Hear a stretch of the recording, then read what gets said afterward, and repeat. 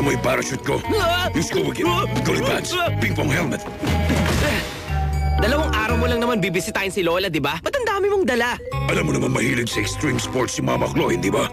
Kailangan handa ko sa kahit anong pwede mangyari. Di ba, Ale? Ako nang bahala sa negosyo natin habang wala kayo. Hindi. Isasara ang buong mat habang wala ako. Para na rin malinis mo na mabuti ang lungga natin. Punasan ng doom lasers, pakintabi ng detonators, i-defrost ang cryo-freezer, linisin din ang dumi ni Mad Cat! Magpakabait ka habang wala ako, Mad Cat, ha? Pinutusan kita! Aww, mamimiss mo ba si Uncle Claw, ha, Mad Cat?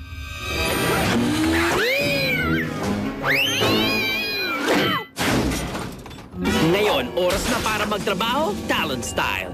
Sa wakas, pagkakataon ko na para ipakita kay Uncle Claw na pwede niya akong pagkatiwalaan. Ow!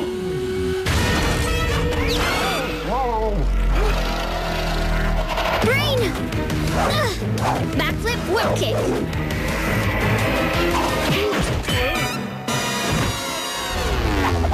Napakahusay, Penny. Sa galing ng teamwork nyo, siguradong pasok kayo agad sa HQ Cheerleading Squad. Salamat, Uncle Gadget. Anong cheerleading squad? Magandang balita! Namataan si Dr. Claw na bumibisita sa nanay niya ngayong weekend. Kaya walang abirya mula sa MAD habang wala siya. Eh, para saan po yung mission ball? May mga aktibidad na tulad ng sa MAD na nagkalat sa syudad. Sa ngayon, may 3 krimen na. Ninakaw ang prototype robo-helmet mula sa sarili nating science lab. May niloobang gaming store at isang kakaibang kakatil ang tinangay mula sa zoo. Parang walang connection sa isa't isa. Sigurado ko kagagawan nga to ng MAD. Ang mission mo, pigilan ang sunod-sunod na mga krimeng ito. Kusang sasabog ang mensaheng ito. Makakaasa kayo sa amin, Chief. Tatlong walang kasabit-sabit na krimen, walang sigaw ng sigaw sa akin, inutusan kita! At may bago pa ako tauhan na ibon. Mas magaling ka naman sa hambog na pusang yun. Di ba tama ako, Mad Bird? Oras na para ipakita sa matandang masamang pinuno ang kayang gawin ng bata at pagkagwapo-gwapo masamang pinuno. Mukhang galing sa gum ka ni Talo ng malagkit na to. Pero kung nakasarado ang MAD, hindi pwedeng kanya to. Tingnan ko nga kung may kapareho sa database. Parang lasang strawberry to. Ang pinakamasamang flavor ng gum sa lahat.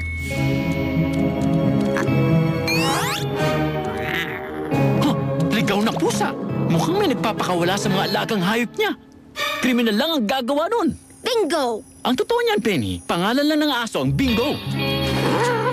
Mukhang gusto niyang ituro sa akin kung saan siya nakatira. At pupusta akong makakuha ko doon ng mga clue kung sinong may sala. Gago Gadget Copter! Tama, galing yata sa gum ka ni Talon. Teka lang, kung wala si Chloe, ibig sabihin mag-isa si Talon. Brain, nasa si Uncle Gadget? Bantayan mo si Uncle. Ako nang bahala kay Talon.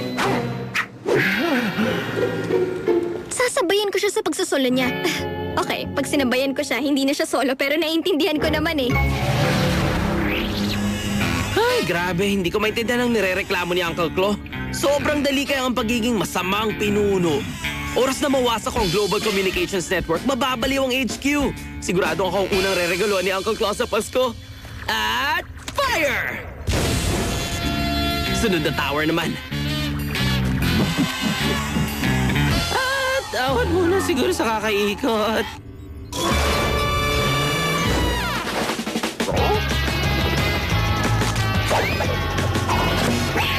Oh, huwag ka nang malikot. Gusto lang kitang tulungan, no?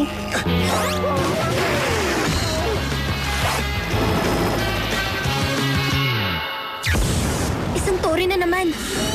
Penny, magaling. Hindi ko kasi makontak si Gadget. Ayaw gumana ng ibang communication devices. Sabihin mo sa kanyang kailangan niyang malutas to bago pa. Kailangan mapigilan ko si Talon sa susunod na tore. Oh, yung susunod doon. Sandali. May nasasagap akong remote signal na nagmumula sa Metro City Beach. At pinapadala yun sa isang... kakatil na may suot na helmet? Huli ka! Ayan! Ayan! Ayan pa! Mahuhuli rin kita sa susunod. Ito pa! Ito ka! Ito pa! Pati na rin ikaw! Ah! O sige, mahal ko, Mad Bird. Gaya pa rin na kanina. Pabagsakin ng tore na yan. Teka, ba't ganun? Mukha yatang mahina ng baterya ng Robo Helmet. Pagkatapos ng tore na to, balikan muna para i-recharge ko. Sisiw lang to. Sino kinakausap mo dyan? Di ba sabi ko huwag ka magpapapasok na bisita? Ikaw pala, Uncle Claw. Kumusta ka na? May nagsabi kay Mama na maraming sirang communication tower sa buong mundo. Mundo? Nako, maganda nga yun, di ba? Parang henyo ang nagplano at gumawa ng kasama na yan. Oo, maganda sana kung yung kawalan ng contact sa Global Communications hindi na-apekto ng self-destruct mode ng kuta ko. Teka, di ba? Nag-uusap pa rin tayo kaya siguro naman ayos pa rin ang lahat, di ba? Maliban na lang kung may masisira pa ibang tore. Ano ba yung tinatago mo sa likod mo? Ako? Wala naman. Babala, system breach detected. Magsisimula ang self-destruct sequence. Ay, ang ganda na sana ng araw ko eh. Sunod-sunod yung mga krimen ko, may pinasasabog ako, tas bam! Gumuguho na pala ang buong mundo. Okay, hinga lang. Isa-shutdown ko na tong computer.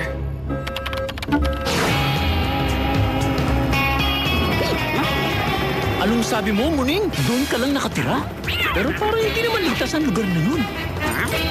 Kapag naligaw, ibalik sa number 13 Destruction Boulevard. Destruction Boulevard? Doon lang sa kabila yun ah. Doon lang sa beach. Oras na para tuldukan ang sunod-sunod na krimen.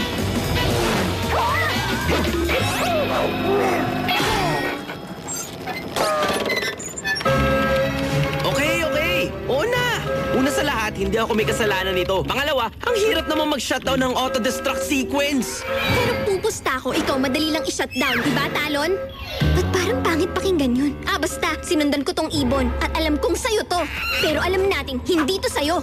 Dahil ang totoo, ninakaw mo. Yun ang gusto ko sabihin. Ah! Ano ba naman? Wala akong oras para dito. Madbird, fire! Ako po!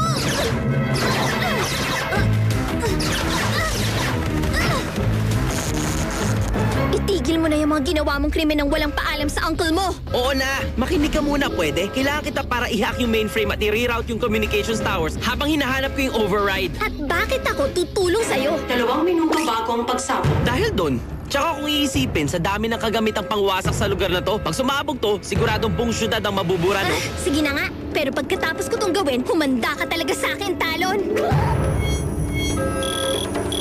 Ito siguro yung magpapahinto sa auto-destruct. Accelerator initiated. 60 segundo bago ang pagsabog. Sige, pindot lang ng pindot. Ay, isip bata talaga. Oo na! Isip bata lang ang makakaisip na pahintuin yung self-destruct protocol sa kahulihin ng pinakatalentadong agent ng HQ. Totoo? Tingin mo talentado ko? May ginagawa ko dito, oh. Okay, kung di ako nagkakamali, ito na nga, yung override button. Ha, ayos na! Nahanap ko na! Naman oh! Naglolo ko na yung Robo Helmet ni Madbird dahil mahina ng baterya nun. 30 segundo bago magkaboom. Baka pwede kong i-charge gamit ang codex ko at mautusan ko siyang pindutin yung buton. Ha! Mukhang ito na nga ang tamang lugar. Maya-maya lang makakauwi ka na rin, munting-muning.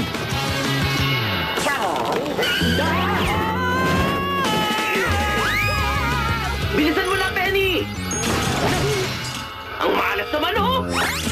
Pusta! Palagay ko sa'yo itong pusa.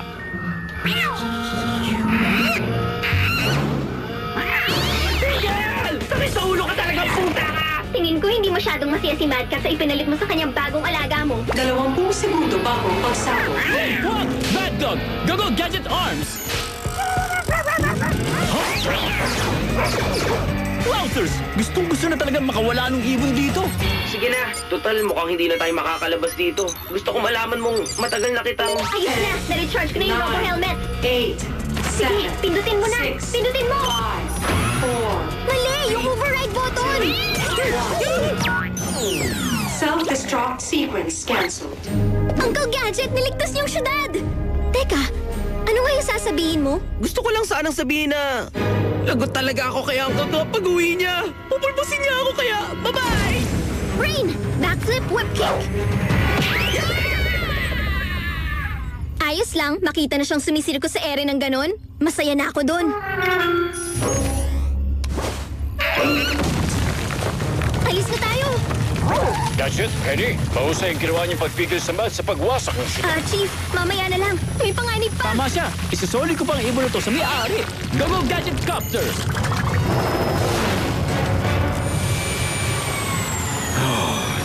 Nakauwi na rin sa wakas.